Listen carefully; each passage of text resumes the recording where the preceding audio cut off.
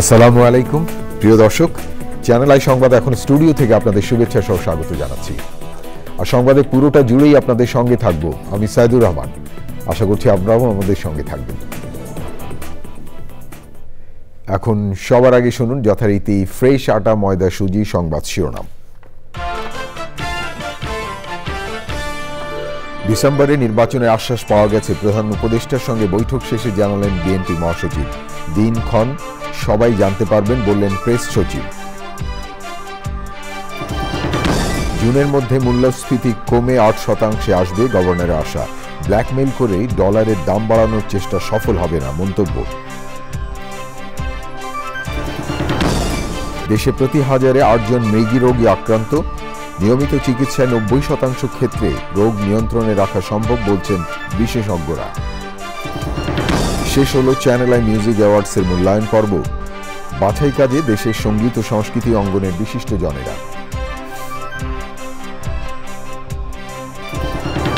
এবং বিপন্ন বাস্তুতন্ত্র পুনরুদ্ধারে আইনের কঠোর প্রয়োগের তাগিদ, নিরাপদ ভবিষ্যৎ বিনির্মাণে তরুণদের অংশগ্রহণের আহ্বান।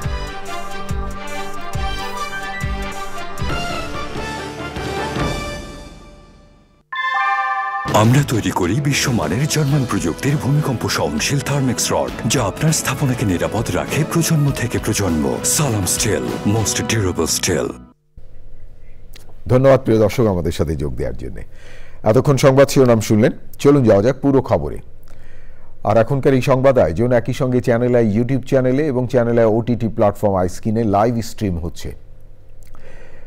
বিএনপির মহাসচিব মির্জা ফখরুল ইসলাম আলমগীর বলেছেন, অন্তর্বর্তী সরকার ডিসেম্বরের মধ্যেই নির্বাচন অনুষ্ঠানের জন্য কাজ করছে বলে তাদের আশ্বস্ত করেছেন প্রধান উপদেষ্টা অধ্যাপক মোহাম্মদ ইউনূস। মির্জা ফখরুলের নেতৃত্বে বিএনপির একটি প্রতিনিধি দল প্রধান উপদেষ্টার সঙ্গে বৈঠক শেষে নির্বাচনের রোডম্যাপ নিয়েও কথা বলেন তিনি। প্রধান উপদেষ্টার প্রেস সচিব জানিয়েছেন, দ্রুত নির্বাচন আয়োজনের নিয়ে কাজ করছেন অধ্যাপক মোহাম্মদ ইউনূস। রিপোর্টে আরও জানাচ্ছেন চকর মালিতা। হঠাৎ করে সোমবার সন্ধ্যায় প্রধান উপদেষ্টা অধ্যাপক মোহাম্মদ ইউনূসের সাথে বিএনপি মহাসচিব মির্জা ফখরুল ইসলাম আলমগীরের নেতৃত্বে দলের 3 সদস্যের প্রতিনিধি দলের সাক্ষাৎ। প্রধান উপদেষ্টার রাষ্ট্রীয় বাসভবন যমুনায় সন্ধ্যা 6টা থেকে টানা 1.5 ঘন্টা বৈঠক করেন তারা। বের হয়ে যমুনার সামনেই কথা বলেন মির্জা ফখরুল। এই যে ঘটনাগুলো ঘটেছে এর দায় সরকার এড়াতে পারেন না। এই জন্যে যে সরকারের বিভিন্ন যে প্রতিষ্ঠানগুলো আছে, বিভিন্ন যে বাহিনীগুলো আছে, তাদের সামনেই এই ঘটনাগুলো একের পর এক ঘটেছে। আমরা অতীতেও অনেক অভিযান দেখেছি, সেই ধরনের কোনো পুনরাবৃত্তি যেন না হয়, অর্থাৎ কোনো ইনোসেন্ট মানুষ আপনার যেন না হয়, এবং এটা নিয়ে আবার যেন কোনো রকমের সমস্যা তৈরি করা না হয়, এই কথাগুলো আমরা অত্যন্ত জোরের সঙ্গে বলেছি। আগামী নির্বাচন এবং নির্বাচনের রোডম্যাপ প্রসঙ্গেও কথা হয় প্রধান উপদেষ্টার সাথে। প্রধান উপদেষ্টা এবং তার সঙ্গে যারা ছিলেন তারা আমাদেরকে আশ্বস্ত করেছেন যে অতি দ্রুত তারা নির্বাচনের ব্যবস্থা করছেন, এবং তিনি বলেছেন যে ডিসেম্বরের মধ্যে তিনি নির্বাচনের ব্যবস্থা করে তারা কাজ করছেন। আমরা খুব পরিষ্কার করে আগেও বলেছি, এখনো বলছি যে জাতীয় সরকারের আগে কোনো নির্বাচন হবে না। এটা ওনারা ঠিক করবেন, তবে ওনারা সম্ভব 15 তারিখের মধ্যেই ওনারা কিছু একটা বলতে যাবেন। বিএনপি নেতারা চলে যাওয়ার পর ফরেন সার্ভিস একাডেমিতে বৈঠক নিয়ে কথা বলেন প্রধান উপদেষ্টার প্রেস সচিব। ইলেকশনের বিষয়ে বলা হয়েছে যাতে তাড়াতাড়ি ইলেকশন হয়। প্রফেসর ইউনূস বলেছেন যে পুরো কনসেনসাস কমিশনের কাজটাই হবে এই বিষয় নিয়ে তাড়াতাড়ি কাজ করা। 15 ফেব্রুয়ারি এই কনসেনসাস কমিশনের সাথে পলিটিক্যাল পার্টিগুলোর মিটিং হবে। বৈঠকে প্রধান উপদেষ্টা ছাড়াও উপদেষ্টা সালেউদ্দিন আহমেদ, ডক্টর আসিফ নজরুল, আদিলুর রহমান আর বিএনপির পক্ষে মহাসচিব ছাড়াও স্থায়ী কমিটির সদস্য সালাউদ্দিন আহমেদ, অবসরপ্রাপ্ত মেজর হাফিজউদ্দিন আহমেদ উপস্থিত ছিলেন। চকর মালিথা, চ্যানেল আই, ঢাকা। জুনের মধ্যে মূল্যস্ফীতি কমে 8% আসবে বলে আশাবাদী বাংলাদেশ ব্যাংকের গভর্নর। তবে মানুষ বাজারে গিয়ে কম দামে জিনিস পাবে কিনা তা নিশ্চিত নন তিনি। গভর্নর বলেছেন, ডলারের জন্য ভিক্ষার থালা হাতে নেয়ার মতো অবস্থায় নেই বাংলাদেশ, তাই ব্ল্যাকমেইল করে দাম বাড়ানোর চেষ্টা সফল হবে না বলে সাফ জানিয়ে দিলেন গভর্নর। প্রিয় দর্শক, দেখুন সহকর্মী রিজভী নওয়াজের রিপোর্টটি। গভর্নর হয়ে চলতি অর্থবছরের শেষ মুদ্রানীতি ঘোষণা করলেন ডক্টর আহসান এইচ মনসুর। রাজনৈতিক অস্থিরতার কঠিন সময়ে বিনিয়োগ খরা কাটাতে নীতি সুদ হার কমানোর দাবি থাকলেও তা 10%ই রাখা হয়েছে। বেসরকারি খাতে ঋণের প্রবৃদ্ধিও 9.8%-এ অপরিবর্তিত থাকলো।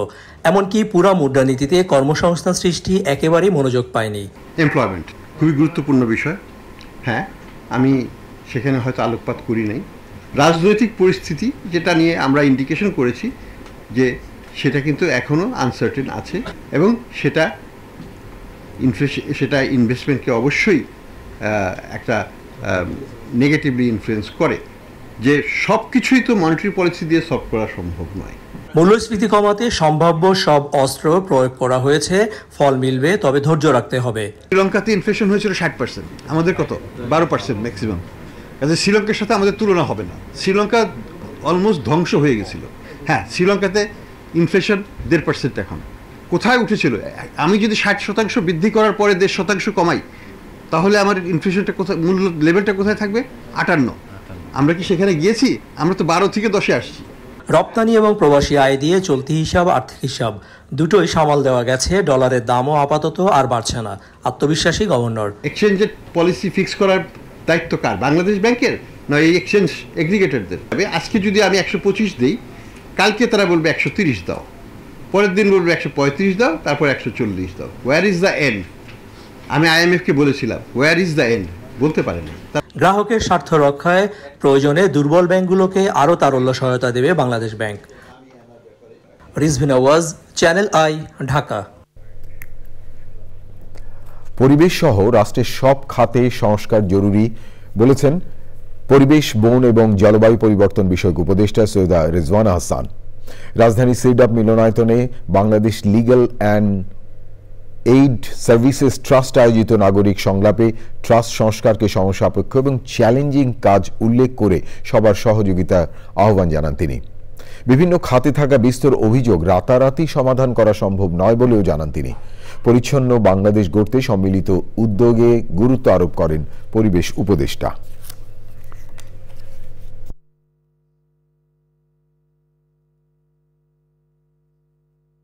প্রশাসন নিয়ে বিস্তর অভিযোগ, পানি প্রশাসন নিয়ে বিস্তর অভিযোগ। এখন আপনি যদি একটা দেড় বছর 1.5-2 বছরের সরকারকে 53 বছরের প্রগাঢ় হয়ে যাওয়া সমস্যার সমাধান করে দিতে বলেন, সেটা একটু বেশি চাওয়া হয়ে যাবে, কিন্তু চাওয়াটা বেশি না। এই চাওয়াটাই যৌক্তিক। সংস্কার যখন আমরা চাই এবং অর্থবহ সংস্কার আমরা চাই, আমরা যেন মনে রাখি যে এটা কেবলমাত্র কাগজে কলমে আইন করে দেওয়ার বিষয় না, এটা চর্চারও বিষয়, এটা মনোজগতের পরিবর্তনেরও বিষয়। এবং একটা প্রক্রিয়া এক রকমের থেকে আরেক রকমে যায়, এটা একটা সময়ের ব্যাপার। এটা আপনি ওভারনাইট ইউ ক্যানট চেঞ্জ। হ্যাঁ, সৈয়দা রিজওয়ানা হাসান পরিবেশ উপদেষ্টা কথা বলছিলেন। দেশে প্রতি 1000 মানুষের মধ্যে 8 জন মৃগী রোগে আক্রান্ত। বিশেষজ্ঞ চিকিৎসকরা বলছেন, নিয়মিত চিকিৎসায় 90% ক্ষেত্রে মৃগী রোগের খিঁচুনি নিয়ন্ত্রণে রাখা সম্ভব। তবে সঠিক চিকিৎসা এবং নিয়মিত ওষুধ সেবন না করায় এই রোগে আক্রান্তদের মধ্যে অক্ষমতার হার বাড়ছে। দেখুন জান্নাতুল বাকিয়া কেকার রিপোর্টটি। আন্তর্জাতিক মৃগীরোগ দিবস পালনে রাজধানীর ন্যাশনাল ইনস্টিটিউট অব নিউরোসায়েন্সেস ও হাসপাতাল বৈজ্ঞানিক আলোচনার আয়োজন করে। ইনসেপ্টা ফার্মাসিউটিক্যালস লিমিটেডের সহায়তায় ওই আলোচনায় মৃগীরোগের উপর একাধিক প্রবন্ধ উপস্থাপন করেন বিশেষজ্ঞ চিকিৎসকরা।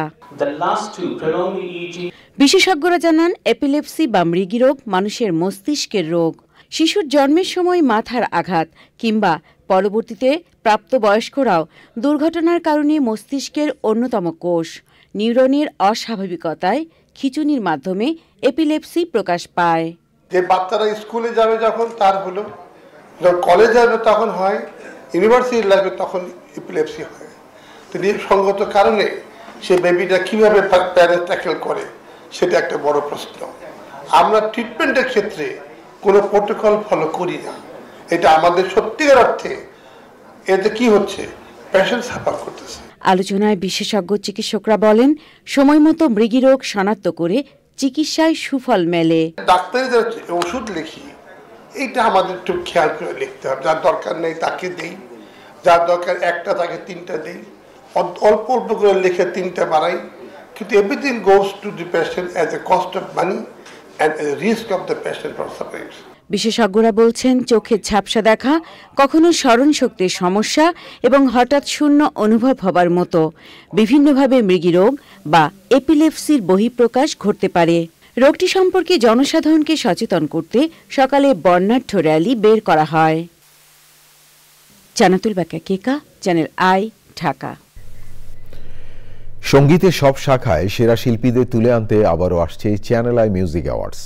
দক্ষিণ পূর্ব এশিয়ার সঙ্গীতের সবচেয়ে বড় এই অ্যাওয়ার্ডস অনুষ্ঠানের মূল্যায়ন পর্ব শেষ হয়েছে। বিচার কাজে ছিলেন দেশের সঙ্গীত এবং সংস্কৃতির অঙ্গনের বিশিষ্টজনেরা। পরাগাজিমের রিপোর্ট। সুর ও সঙ্গীতের উৎকর্ষ সাধন ও সুস্থ ধারার সঙ্গীতকে এগিয়ে নিতে 2004 সালে শুরু হয় চ্যানেল আই মিউজিক অ্যাওয়ার্ডস। পরে এই আয়োজন পরিচিতি পায় দক্ষিণ পূর্ব এশিয়ার সঙ্গীতের সবচেয়ে বড় অ্যাওয়ার্ড শো হিসেবে। 19তম আসরের জন্য জমা হওয়া সেরা গানগুলো বাছাই করতে 6 ফেব্রুয়ারি শুরু হয় বাছাই প্রক্রিয়া। সত্যি আশার আলো জাগে যখন এত সুন্দর সুন্দর কণ্ঠ আসছে এবং তারা অত্যন্ত মনোযোগী হয়ে এই গানগুলো রেকর্ড করে তবে পাঠাচ্ছেন। এই উপমহাদেশে এত বড় আয়োজন আর হয়েছে কিনা আমার জানা নেই। শুধুমাত্র একটি ধারায় নয়, সঙ্গীতের সকল ধারায় নতুন আগমনের বার্তা, আর এর সাথে আমরা জড়িত আছি। বিশেষ করে আমি আমার আনন্দকে সবার সামনে বেটে দিতে চাই, সকলেই যাতে এর সাথে মিলিত হয়ে এ আনন্দকে ভাগ করে নিতে পারি। এ পর্যন্ত যা শুনলাম সত্যি আশা জাগানোর মতো। বেশি ভালো লাগাটা সেটির আনন্দটা নিয়েই আমরা এখান থেকে বেরোবো এবং আমি আশা করব যে এই যে নতুন নতুন ছেলেমেয়েরা আমরা খুবই খেয়াল করতে পারছি যে নতুন এবং পুরনোর মিশ্রণেই এই ইয়েটা হচ্ছে, বাছাইটা হচ্ছে। তো নতুন ছেলেমেয়েদের মধ্যে অনেক সম্ভাবনা আমার মনে হয় আমি দেখতে পেলাম। এবার আজীবন সম্মাননা সহ 17টি ক্যাটাগরিতে পুরস্কার দেওয়া হবে। পুরনো যাবে, নতুন আসবে, নতুন সৃষ্টি নিয়ে আবার উজ্জীবিত হবে, এটাই বিধান। চ্যানেল আই প্রচুর মেধা ব্যয় করে এই শিল্পীদের ছেলে মেয়ে সবারই গানগুলো তাদেরকে উপস্থাপন করার সুযোগ করে দিয়েছে, যেটা খুবই প্রশংসার। আজকে যারা আমরা বিচারক মণ্ডলীতে আছি, যার যার ক্ষেত্রে সকলেই অভিজ্ঞ, এই চ্যানেল অ্যাওয়ার্ডটি সফলভাবে শেষ হোক, এটাই আমি আশা করি। জমজমাট আয়োজনের মধ্য দিয়ে শিগগিরই চ্যানেল আই মিউজিক অ্যাওয়ার্ডস 2024-এর চূড়ান্ত পর্দা উন্মোচন করা হবে। পরাগ আজিম, চ্যানেল আই, ঢাকা। দখল, দূষণ রোধ এবং বিপন্ন বাস্তুতন্ত্র পুনরুদ্ধারে এখনই নীতি নির্ধারণীয় পর্যায়ে যথাযথ পদক্ষেপ এবং আইনের কঠোর প্রয়োগে বাধ্যতামূলক বলেছেন প্রকৃতি বন্ধু বীর মুক্তিযোদ্ধা মুকিত মজুমদার বাবু। গাজীপুরের মাওনায় নিভৃত গ্রাম চকপাড়ায় নদী, প্রকৃতি ও পরিবেশ নিয়ে পাঠচক্র আলোচনায় জাতীয় পাঠ্যক্রমে পরিবেশ শিক্ষা যুক্ত করার পাশাপাশি সার্বিক সচেতনতা এবং পারিবারিক উদ্যোগে জোর দেন তিনি। নিরাপদ ভবিষ্যৎ বিনির্মাণে ইতিবাচক পরিবর্তনে তরুণদের অংশগ্রহণে জোর দেন বক্তারা। বিস্তারিত জানাচ্ছেন আলিমাল রাজি। ধ্বংসের দ্বারপ্রান্তে থাকা সভ্যতা রক্ষায় কোনো পদক্ষেপই যখন যথেষ্ট নয়, তখন নিরাপদ ধরিত্রী বিনির্মাণ অভিযাত্রা সংহত করতে দেশের ভবিষ্যৎ নাগরিক শিশুদের আরও সম্পৃক্ত করতেই আলোচনা ও উদ্যোগ। বৃক্ষরোপণে শুরু হয় দিনের কর্মসূচি। নদী, প্রকৃতি ও পরিবেশ নিয়ে পাঠচক্র ও আলোচনার পাশাপাশি ছিল নানা আয়োজন। শিক্ষার্থীদের আবৃত্তি, কুইজ প্রতিযোগিতা আর পুঁথিপাঠ যোগ করে ভিন্ন মাত্রা। গাজীপুরে আছে শালবন, গাজীপুরের বাতাসেতে জুড়ায় দেহ মন। নিজেদের পরিবেশ ভাবনায় পরিবেশ সংরক্ষণের বার্তা ভবিষ্যৎ নাগরিকদের। বুকে হাত দিয়ে বলতে পারি, এইখানে যতগুলো শিক্ষার্থী আছে তারা কেউই নদী নিয়ে সুন্দর স্মৃতিচারণ করতে পারবে না। এর কারণ হচ্ছে যে আমাদের যে নদীগুলো ছিল সেগুলো দূষিত হয়ে গেছে কিংবা দখল হয়ে গেছে। শীতলক্ষা নদীটি গাজীপুরের অভ্যন্তরে, যে নদীটি আস্তে আস্তে এখন হুমকির মুখে পড়ে রয়েছে। বন ও নদ নদীগুলোকে যথাযথ সংরক্ষণ করার মাধ্যমে অতীতের ঐতিহ্য আবার ফিরিয়ে আনতে হবে। এক সময়ের প্রবহমান নদীগুলো আজ দূষণে জর্জরিত। সব রকম দূষণ প্রতিরোধ ও বিপন্ন বাস্তুতন্ত্র পুনরুদ্ধারে আপোষহীনতায় জোর দেন বক্তারা। ছোটবেলা থেকে একটি মানুষ যদি প্রকৃতির কাছাকাছি বড় না হয় তাহলে হঠাৎ করে তার পক্ষে কোনো কিছুর প্রেম নিয়ে এগুলো সম্ভব নয়। আমাদের এই প্রজন্মকে যদি এগিয়ে আসে এই নদী রক্ষা, প্রকৃতি রক্ষা, তাহলে দেখা গেছে যে আমরা আমাদের সুন্দর একটা ভবিষ্যৎ পাবো। আমাদের শিক্ষায়, আমাদের স্বাস্থ্য ভাবনায়, আমাদের সমস্ত কিছুতে যখন এই মাটির উৎসকেন্দ্রিক ভাবনা তৈরি হবে, আমরা যে আবার সেই শিক্ষায় ফিরে যেতে পারি। এবং প্রকৃতির এই অবক্ষয় যদি চলতে থাকে, নদীর এই দূষণ যদি অব্যাহত থাকে, তাহলে খুব বেশি বাকি নেই যেদিন আমরা আর মিঠা পানির মাছ পাবো না। গ্রুপ ওয়ার্কটা করতে হবে, কর্মশালা করতে হবে, যাতে করে আমরা আমাদের একটা প্রার্থিত জায়গা আমরা পেয়ে যেতে পারি। পরিবেশবিদরা বলছেন, সার্বিক সচেতনতা আর পরিবেশ শিক্ষাই না, নিরাপদ ভবিষ্যৎ বিনির্মাণে পরিবেশ, প্রতিবেশ, জীববৈচিত্র্য সংরক্ষণ নিশ্চিতে নিতে হবে কার্যকর পরিকল্পনা ও উদ্যোগ। মা, মাটি এবং মাতৃভূমিকে ভালোবাসতে হলে প্রকৃতিকে ভালোবাসতে হবে। এই তিনটা জিনিসকে যদি আমরা ভালো না বাসি, প্রকৃতিকে সাথে যদি ভালো না বাসি, এই তিনটা জিনিসকে ভালোবাসা যাবে না এবং এই তিনটা জিনিসের অস্তিত্ব আমাদের বিলীন হয়ে যাবে। আমাদের লড়াই করতে হবে আইনের শাসনের জন্য। যে মুক্তিযুদ্ধ করেছিলেন মুকুট মজুমদার বাবু, বৈষম্য বিরোধী এবং গণতন্ত্র বিরোধী যে সমাজে আমরা বাস করতাম, সেখানে আইনের শাসন, এখনো আমরা আইনের শাসন কায়েম করতে পারিনি। যত দূষণ, সব দূষণের পেছনে কিন্তু আমরাই দোষ দেওয়ার সময় কিন্তু আমরা দোষ দিচ্ছি আরেকজনকে। নানা ধরনের কর্মকাণ্ড হচ্ছে, তাতে কিন্তু হারিয়ে গেছে অনেক জীববৈচিত্র্য এখান থেকে। পাশাপাশি এখানে জলাশয়গুলো কিন্তু কলুষিত হয়ে গেছে। কারো কোনো কিন্তু ভ্রুক্ষেপ নেই এই ব্যাপারে। পরিবেশ প্রকৃতি যদি ভালো না থাকে, কিছুই ভালো থাকবে না। হতাশার মধ্যেও কিন্তু কাজ করে যেতে হবে। মানুষকে প্রথমে কিন্তু সচেতন করতে হবে, তারপরেই কিন্তু আইনের প্রয়োগ। আমাদের কারিকুলামে কিন্তু পরিবেশ প্রকৃতি নিয়ে তেমন জোর দেওয়া হয় না। আমাদের পরিবেশ প্রকৃতি নিয়ে কথা বলতে হবে। চুপ করে বসে থাকলে হবে না, আমাদের সবাইকে একসাথে হাতে হাত মিলিয়ে এগিয়ে আসতে হবে এই দেশটাকে ভালো রাখার জন্য, নিজেকে ভালো রাখার জন্য এবং ভবিষ্যৎ প্রজন্মকে ভালো রাখার জন্য। পড়ন্ত বেলায় বিশিষ্টজনদের সম্মাননার পাশাপাশি স্বীকৃতি জানানো হয় কুইজে অংশ নেওয়া 12টি প্রতিষ্ঠানের কৃতি শিক্ষার্থীদের। অনুষ্ঠানের আয়োজক পল্লী উন্নয়ন ভিত্তিক পাঠাগার পাঠ ইচ্ছা, বাংলাদেশ নদী পরিব্রাজক দল এবং প্রকৃতি ও জীবন ক্লাব। আলিমাল রাজি, চ্যানেল আই, গাজীপুর। প্রিয় দর্শক, এবারে ভাষার মাস ফেব্রুয়ারি।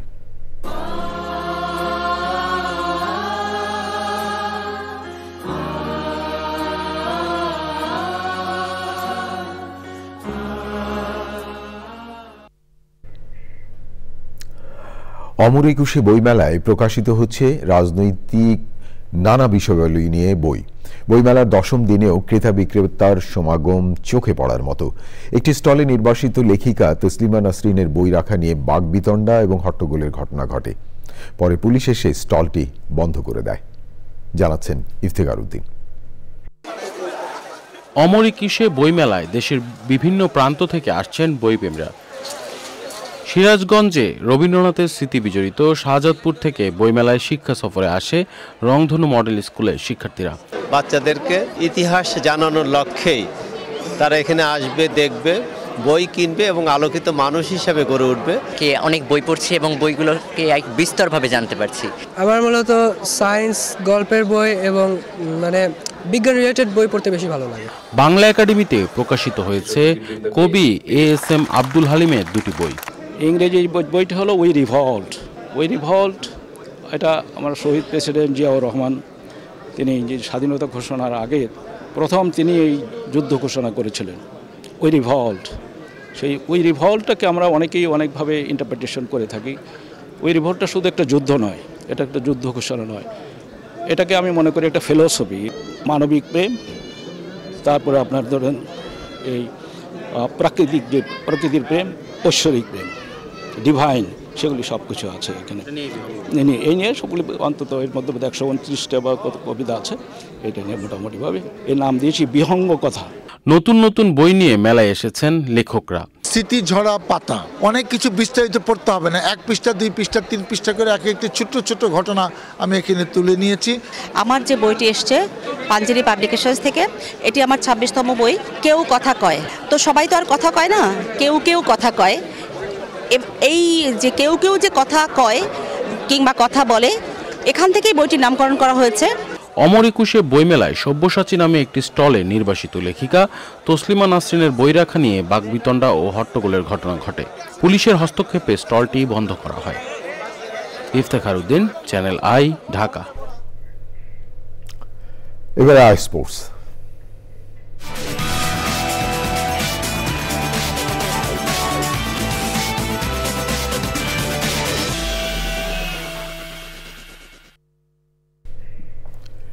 প্রস্তুতি এবং অনুশীলন এই দুয়ের ঘাটতি নিয়ে আইসিসি চ্যাম্পিয়ন্স ট্রফিতে অংশ নিচ্ছে বাংলাদেশ ক্রিকেট দল। 50 ওভারের বৈশ্বিক আসরে আগে টি-20 বিপিএল কখনো আদর্শ প্রস্তুতি হতে পারে না জানিয়েছেন টাইগারদের হেড কোচ ফিল সিমন্স। মিরপুরে হোম অফ ক্রিকেটে টাইগারদের প্রস্তুতি নিয়ে আরও জানাচ্ছেন আদিল আহমেদ শান।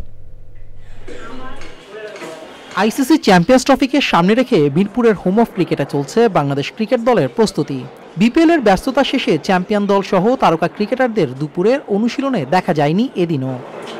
50 ওভারের চ্যাম্পিয়ন্স ট্রফির আগে পাকিস্তান, নিউজিল্যান্ড, সাউথ আফ্রিকা খেলছে ত্রিদেশীয় সিরিজ। নিজেদের মাটিতে ইংল্যান্ডের বিপক্ষে ভারতও ওয়ানডে সিরিজ দিয়ে সারছে প্রস্তুতি। সেখানে বাংলাদেশ সবশেষ আন্তর্জাতিক ওয়ানডে খেলেছে আরও 2 মাস আগে ওয়েস্ট ইন্ডিজে। তাই টি-20 বিপিএলকে আদর্শ প্রস্তুতি মানছেন না টাইগারদের হেড কোচ। আমি একমত, চ্যাম্পিয়ন্স ট্রফির আগে টি-20 বিপিএল আমাদের আদর্শ প্রস্তুতি নয়। তবে সাদা বলের ক্রিকেটের কথা বললে স্কিলের দিক থেকে তারা শার্প। কেবল মানসিকতাটা ওয়ানডের জন্য পরিবর্তন করতে হবে। সৌম্য, জাকের, মুস্তাফিজরা ফিল সিমন্সের ক্লাসে থাকলেও শান্ত, মুশফিক, মাহমুদুল্লাহ, মিরাজের মতো তারকাদের অনুশীলনে দেখা যায়নি।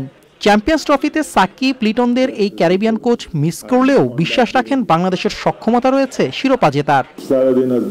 বাংলাদেশ চ্যাম্পিয়ন হবে না এটা বিশ্বাস করলে আমি কখনো এখানে থাকতাম না। লোকাল কোচদের সঙ্গে ভালো সময় কাটাচ্ছি। সালাউদ্দিন তো গ্রেট। ক্রিকেটারদের উন্নতির জন্য প্রতিটা সময় ভিন্ন ভিন্ন চিন্তা করে। 12 ফেব্রুয়ারি রাতে দুবাইয়ের উদ্দেশ্যে ঢাকা ছাড়বে বাংলাদেশ। টুর্নামেন্ট শুরুর আগে বাকি প্রস্তুতির জন্য সপ্তাহখানিক সেখানেই অনুশীলন করবে team Tigers. Adil Ahmed Shan, channel I, Dhaka. ক্রিকেটের আরো খবর। ভারতের বিপক্ষে ম্যাচ জিততে পারলে বাংলাদেশের চ্যাম্পিয়ন্স ট্রফির সেমিফাইনাল খেলার সুযোগ তৈরি হবে বলে মনে করেন জাতীয় দলের ক্রিকেটার মেহেদী হাসান মিরাজ। চ্যানেল আইকে দেয়া একান্ত সাক্ষাৎকারে টাইগার কোচ ফিল সিমন্সের মন্তব্যের বিষয়ে মিরাজ বলেন, সবাই সেরাটা দিতে পারলে কম প্র্যাকটিসও বড় সমস্যা হবে না। রিয়াজ ইসলামের রিপোর্ট। চ্যানেল আইয়ের রন্ধন বিষয়ে জনপ্রিয় অনুষ্ঠান ভীম মনোহর ইফতারে অংশ নিতে চ্যানেল আইয়ে আসেন জাতীয় দলের তারকা ক্রিকেটার মেহেদী হাসান মিরাজ। চ্যানেল আইয়ের সাথে কথা বলেন বিপিএল ও চ্যাম্পিয়ন্স ট্রফি নিয়ে। ওভারঅল ভালোই হয়েছে, যদি ফাইনাল খেলতে পারতাম তাহলে আরও বেশি ভালো লাগতো। ভালো প্রস্তুতি শুরু হচ্ছে, অলরেডি 2-3 দিন আমরা প্র্যাকটিস করেছি এবং আশা করি যে আরও যেহেতু 2-3 দিন সময় আছে এর ভিতরে সবাই একত্রে খুব ভালো একটা প্র্যাকটিস সেশন কাটাবো। চ্যাম্পিয়ন্স ট্রফির জন্য প্র্যাকটিসের সময় কম পাওয়া নিয়ে কোচ ফিল সিমন্সের মন্তব্যে বিপিএল সেরা মিরাজ বলেন, সবাই খেলার মধ্যে থাকায় চ্যাম্পিয়ন্স ট্রফিতে খুব বেশি প্রভাব পড়বে না। যেহেতু টি-20 এবং ওডিআই দুই ফরম্যাটের ক্রিকেট, ওডিআইতে আসতে গেলে তখন আবার অনেক কিছু অ্যাডজাস্ট করতে হবে। সো হয়তো ওই অ্যাঙ্গেলে সে কথাটা বলেছে। আর যেহেতু আমাদের সবাই খেলার ভিতরে আছে, খুব তাড়াতাড়ি অ্যাডজাস্ট করতে পারবে আমি আশা করি সব প্লেয়াররা। ভারতের বিপক্ষে প্রথম ম্যাচকে গুরুত্বপূর্ণ বলে মনে করেন মিরাজ। যেহেতু আমাদের ফার্স্ট খেলা ইন্ডিয়ার সাথে, ওদের সাথে খেলাটা আমাদের খুব ইম্পর্টেন্ট এবং আমরা ওই খেলাটাই ফোকাস করতে চাই সবাই। প্রত্যাশা তো অবশ্যই থাকবে ফার্স্টে কোয়ালিফাই করার জন্য সেমিফাইনালে, দেন সেমিফাইনালে যদি অবশ্যই কোয়ালিফাই করতে পারি আর একটা ম্যাচ জিতলেই তো ফাইনাল খেলতে পারবো। সো একটা ম্যাচ করে আগানোটাই বেটার। চ্যাম্পিয়ন্স ট্রফিতে বাংলাদেশের বোলিং ইউনিট এক্স ফ্যাক্টর হতে পারে বলেছেন এই allrounder. Riaz Islam, channel I, Dhaka. ICC Champions ট্রফির আগে পাকিস্তান আয়োজিত ত্রিদেশীয় ওয়ানডে সিরিজের ফাইনালে নিউজিল্যান্ড। লাহোরে কেন উইলিয়ামসের সেঞ্চুরিতে সাউথ আফ্রিকা 6 উইকেটে হারিয়েছে কিউইরা। গাদ্দাফি স্টেডিয়ামে টসে হেরে আগে ব্যাট করে ম্যাথিউর সেঞ্চুরি এবং উইয়ান মুলডারের 64 রানের সুবাদে 6 উইকেটে 304 রান তোলে সাউথ আফ্রিকা। 150 রান তুলে থামেন ম্যাথিউ ব্রিস্টেক। জবাবে ডেভিন কনওয়ের 97 এবং কেন উইলিয়ামসের অপরাজিত 133 রান। ডেভেলপমেন্ট ফোরাম সিডিএফ এর যৌথ উদ্যোগে প্রচারিত বিশেষ ধারাবাহিক অনুষ্ঠান অন্তর্ভুক্তমূলক উন্নয়নে IMF সম্প্রচারে চুক্তি সই হয়েছে। চ্যানেল আয়ের কনফারেন্স রুমে চুক্তিতে সই করেন সিডিএফ এর নির্বাহী পরিচালক মোহাম্মদ আবদুল্লাহ ওয়াল ও চ্যানেল আয়ের পক্ষে ইম্পেস টেলিফিল্ম লিমিটেডের নির্বাহী পরিচালক ইসরারুল হক। এ সময় সিডিএফ এর চেয়ারম্যান এবং পপির নির্বাহী পরিচালক মোর্শেদ আলম সরকার, সিডিএফ এর কোষাধ্যক্ষ ও দিশার নির্বাহী পরিচালক রবিউল ইসলাম, চ্যানেল আয়ের সহকারী নির্বাহী পরিচালক হেলাল খান, সিনিয়র অনুষ্ঠান নির্মাতা স্বপ্না রেজা উপস্থিত ছিলেন। আমার হাতে আরো খবর আছে প্রিয় দর্শক, দেখতে থাকুন চ্যানেল আই সংবাদ। এবারে বিরতি, আর বিরতির পর যা দেখতে পাবেন। বিরতির পর ফিরে এলাম আমি সাইদুর রহমান। ধন্যবাদ প্রিয় দর্শক আবারও চ্যানেল আই সংবাদে যোগ দেওয়ার জন্য। গণহত্যার বিচার, সংস্কার, নির্বাচন সব কাজ একসাথে চলবে জানিয়ে বিএনপি নেতারা বলেছেন, নির্বাচন বিলম্বিত হলে তা দেশের জন্য মঙ্গলজনক হবে না। রাজধানীতে আরেক অনুষ্ঠানে বিএনপি স্থায়ী কমিটির সদস্য ডক্টর মোহাম্মদ আব্দুল মঈন খান বলেছেন, বাংলাদেশে সরকার চালানো ইংল্যান্ড আমেরিকার সরকার চালানোর চেয়েও কঠিন। আক্তার হোসেনের রিপোর্টটি দেখুন। জুলাই আগস্ট গণ অভ্যুত্থানের ৬ মাস, ছাত্র জনতা এখন কোথায় শীর্ষক গোলটেবিল বৈঠকের আয়োজন করে দ্য মিলেনিয়াম ইউনিভার্সিটি। বিএনপির স্থায়ী কমিটির সদস্য ডক্টর আব্দুল মঈন খান বলেছেন, অন্তর্বর্তী সরকারের সবচেয়ে বড় চ্যালেঞ্জ তাদের নিরপেক্ষতা ধরে রাখা।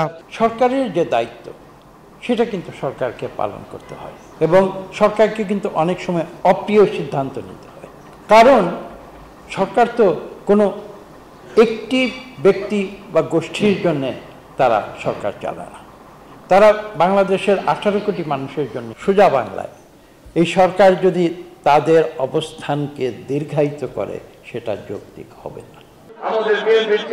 ঢাকা মহানগর দক্ষিণ বিএনপির রাষ্ট্র সংস্কারে 31 দফা বিষয়ে কর্মশালায় দলের স্থায়ী কমিটির আরেক সদস্য মির্জা আব্বাস বলেছেন, জনগণ তাদের ভোটাধিকার ফিরে পেলে যেই ক্ষমতায় আসুক তা মেনে নেবে BNP.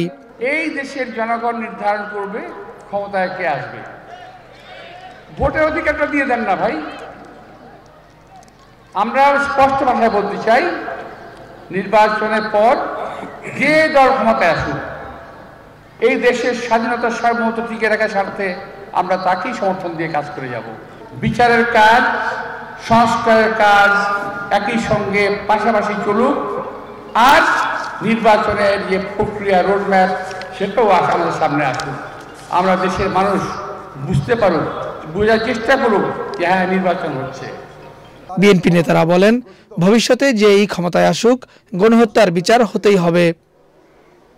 Akter Hossain, channel I, Dhaka. শক্তিশালী গণতান্ত্রিক সরকার না থাকায় দেশে ভেতরে এবং বাইরে স্বাধীনতা সার্বভৌমত্বের বিরুদ্ধে ব্যাপক ষড়যন্ত্র চলছে বলে অভিযোগ করেছেন বিএনপির কেন্দ্রীয় কমিটির সহ সাংগঠনিক সম্পাদক ব্যারিস্টার মীর মোহাম্মদ হেলাল উদ্দিন। বিকেলে মহানগরী কর্ণফুলী ক্রসিং চত্বরে নবঘোষিত চট্টগ্রাম দক্ষিণ জেলা বিএনপির মিছিল পূর্ব সমাবেশে প্রধান অতিথির বক্তৃতায় তিনি এসব কথা বলেন। জেলা কমিটির আহ্বায়ক ইদ্রিস মিয়ার সভাপতিত্বে ও সদস্য সচিব লায়ন হেলাল উদ্দিনের সঞ্চালনায় সমাবেশে আরও বক্তৃতা করেন সাবেক এমপি গাজী শাহজাহান জুয়েল, মহানগর বিএনপির আহ্বায়ক এরশাদুল্লাহ সহ অন্যরা। পরে বর্ণাঢ্য র্যালি নগরীর বিভিন্ন সড়ক প্রদক্ষিণ করে মজ্জা টেক চত্বরে গিয়ে শেষ হয়। প্রিয় দর্শক, এবারে নিটোল টাটা আন্তর্জাতিক সংবাদ।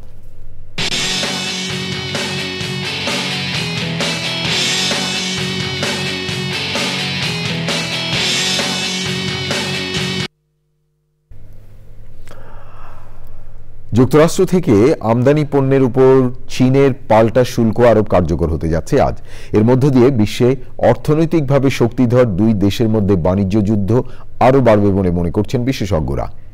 এদিকে আরো অনেকগুলো দেশের আমদানি করা পণ্যের উপর নতুন করে শুল্ক আরোপের ঘোষণা দিয়েছেন মার্কিন প্রেসিডেন্ট ডোনাল্ড ট্রাম্প। যুক্তরাষ্ট্র ৪ ফেব্রুয়ারি সব চীনা পণ্যের উপর অতিরিক্ত 10% শুল্ক কার্যকর করার পরই মার্কিন পণ্য আমদানিতে পাল্টা শুল্ক আরোপের ঘোষণা দেয় চীন। যুক্তরাষ্ট্রের কয়লা ও তরলীকৃত প্রাকৃতিক গ্যাসের 15% শুল্ক দিয়েছে চীন। এছাড়া মার্কিন অপরিশোধিত জ্বালানি তেল এবং কৃষি যন্ত্রপাতি ও বড় ইঞ্জিনের গাড়ির উপর শুল্ক আরোপ করা হয়েছে 10%। এবার আইস্ক্রিন সাংস্কৃতিক সংবাদ।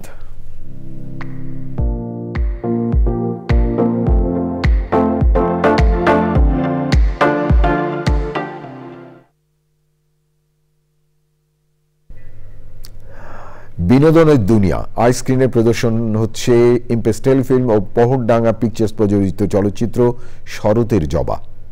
আইস্ক্রিনে দর্শক উপভোগ করছেন কুসুম শিকদার পরিচালিত প্রথম এই চলচ্চিত্র। নিজের লেখা বই অজাগতিক ছায়া থেকে শরতের জবা গল্পটি চলচ্চিত্রের পর্দায় তুলে এনেছেন কুসুম। একজন একাকী নারীর রহস্যময় জীবনের গল্প উঠে এসেছে এই চলচ্চিত্রে।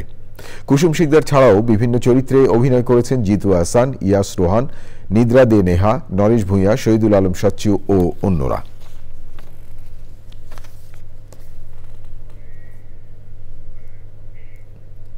প্রিয় দর্শক, এবারে কৃষি সংবাদ।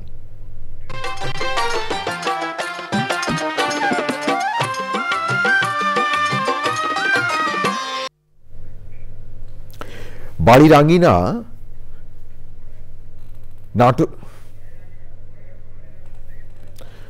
আঙিনা ও প্রতিত জমিতে সবজি এবং ফলমূল চাষ করার মাধ্যমে আর্থিকভাবে লাভবান হচ্ছেন শরীয়তপুরের কৃষকরা।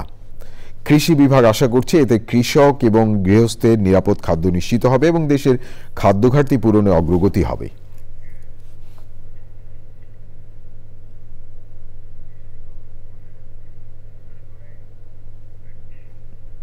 প্রিয় দর্শক, এখন দেখবেন প্রকৃতি সংবাদ।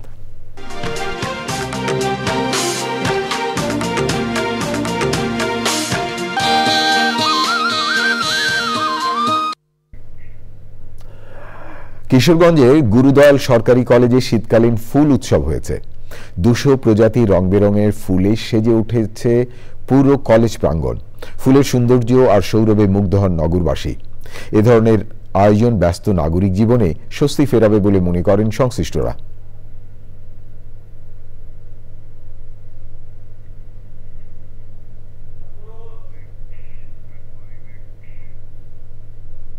এবারে ঢাকা ব্যাংক বাণিজ্য সংবাদ।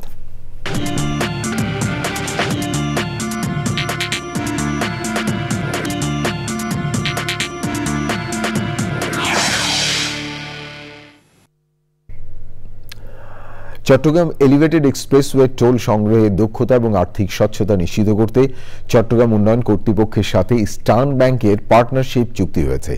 সে অনুযায়ী ইস্টার্ন ব্যাংক টোল সংগ্রহ এবং জমা ব্যবস্থাপনার দায়িত্ব পালন করবে। সংশ্লিষ্টরা জানিয়েছেন, চট্টগ্রামের পরিবহন অবকাঠামো ও রাজস্ব ব্যবস্থাপনার আধুনিকীকরণের এই পার্টনারশিপ উল্লেখযোগ্য পদক্ষেপ। চুক্তিতে সই করেন সিডিএফ এর চেয়ারম্যান প্রকৌশলী মোহাম্মদ নুরুল করিম এবং ইবিএল এর ব্যবস্থাপনা পরিচালক ও প্রধান নির্বাহী আলী রেজা ইফতেখার। অনুষ্ঠানে ছিলেন সিডিএফ এর প্রকল্প প্রকৌশলী মোহাম্মদ মাহফুজুর রহমান ও ইবিএল এর উপব্যবস্থাপনা পরিচালক ও উভয় প্রতিষ্ঠানের সিনিয়র কর্মকর্তারা। প্রিয় দর্শক, থাকুন চ্যানেল আইয়ের সঙ্গে। ফিরছি একটু পরে আরো খবর নিয়ে। আবারও বিরতি, আর বিরতির পর যা দেখতে পাই।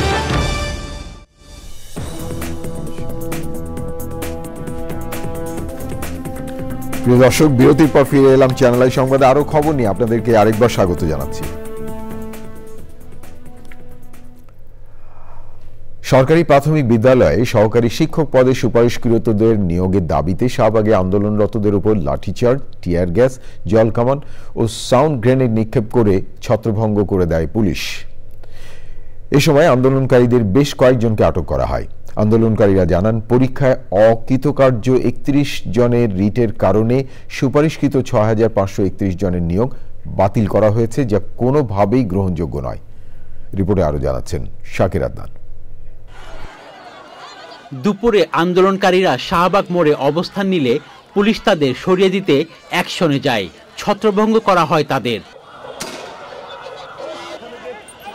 পরে আবারও তাদের সড়কে অবস্থানের কারণে যান চলাচল ব্যাহত হলে পুলিশ তাদের সরিয়ে দেয়। সে সময় আন্দোলনরত অনেকেই আহত হন। আমরা চাই আমাদের যোগদানপত্র দিয়ে দেখ, আমরা রাজপথ ছেড়ে দেই। আমরা চাই না আমরা শিক্ষক হয়ে কেন রাস্তায় থাকবো। 6 তারিখের হাইকোর্টের নির্দেশে আমাদের নিয়োগটা বাতিল করা হয়, যে এটা না আবার নতুন করে রেজাল্ট হবে। কেন বাতিল করলো? কেন করলো তার উত্তর এখন পর্যন্ত কেউ আমাদের সামনে এসে বলে নাই। এই রায়টাকে আসলে যৌক্তিক কিনা ওনাদের আসলে ভেবে দেখা উচিত। কারণ যেহেতু আমি আপনাদের আরো অবগত করতে চাই, আমাদের এই নিয়োগটা হচ্ছে 2023 সালে।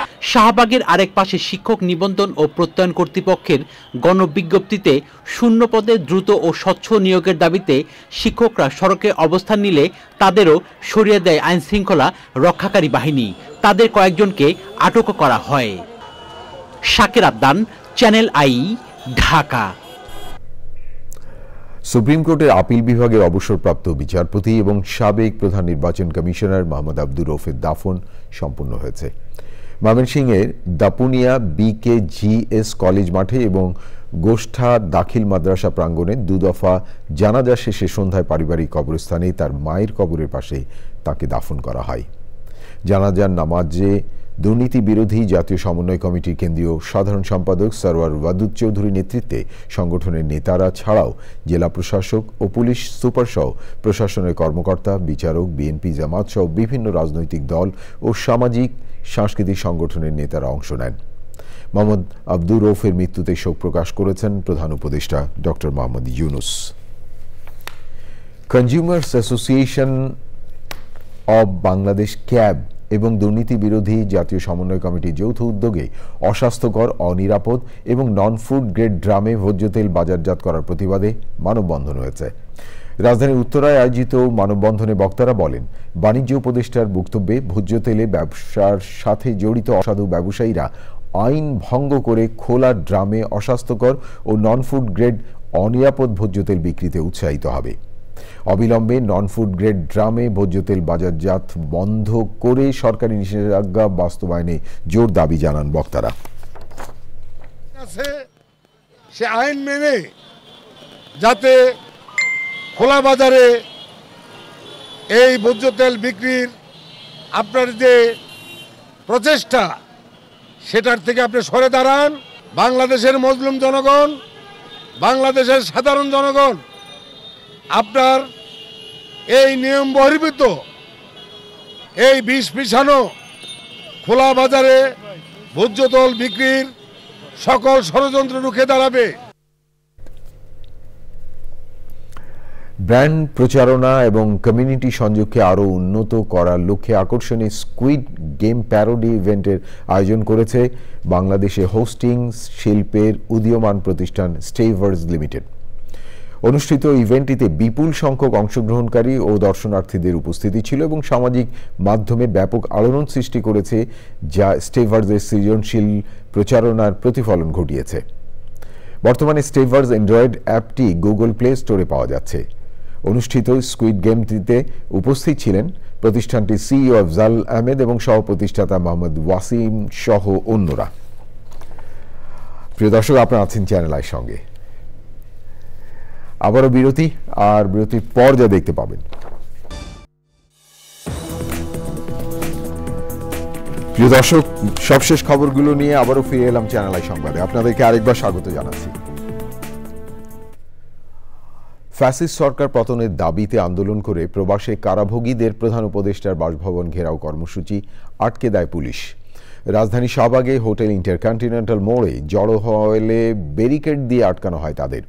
বিদেশে গিয়ে আবারও কাজের সুযোগ পাওয়ার দাবিতে আন্দোলন করছেন তারা। পরে প্রবাসীদের একটি প্রতিনিধি দলকে প্রধান উপদেষ্টার কার্যালয়ে নিয়ে যায় পুলিশ। সৌদি আরব, সংযুক্ত আরব আমিরাত, কাতার সহ মধ্যপ্রাচ্যের কয়েকটি দেশের প্রবাসী বাংলাদেশিরা গণঅভ্যুত্থানে অংশ নিলে তারা গ্রেফতার হন। পরে অন্তর্বর্তী সরকারের সহযোগিতায় দেশে ফিরে আসেন।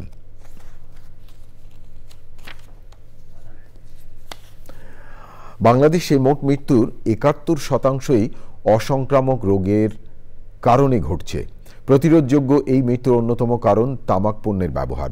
অথচ এই মৃত্যুর মিছিলকে অবজ্ঞা করে তামাক কোম্পানি রাজস্বের তকমা দেখিয়ে আইন সংশোধনকে বাধাগ্রস্ত করছে।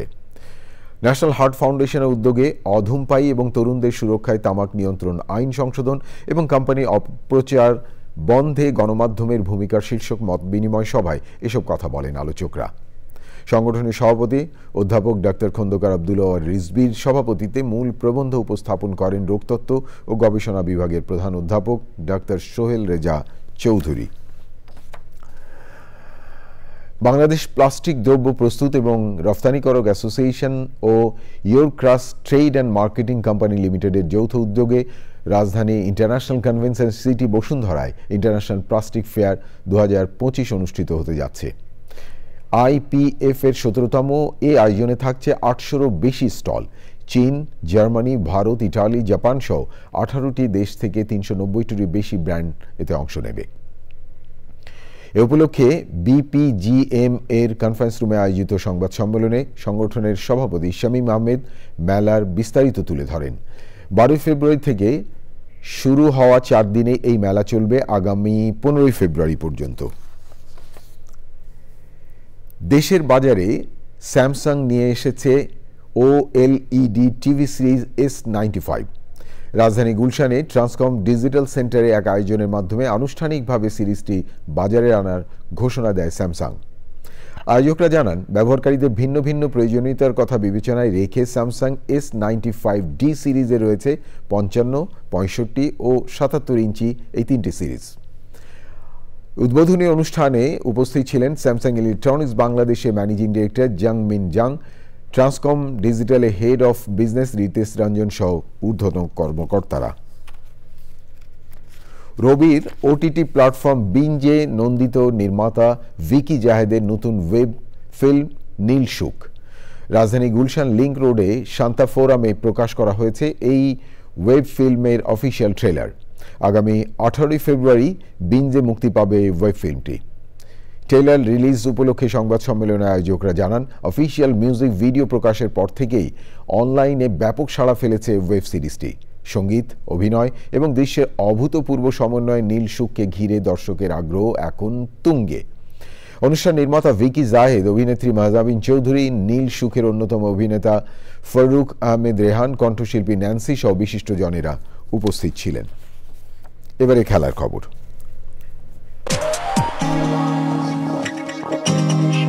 চেষ্টা সফল হবে না মন্তব্য।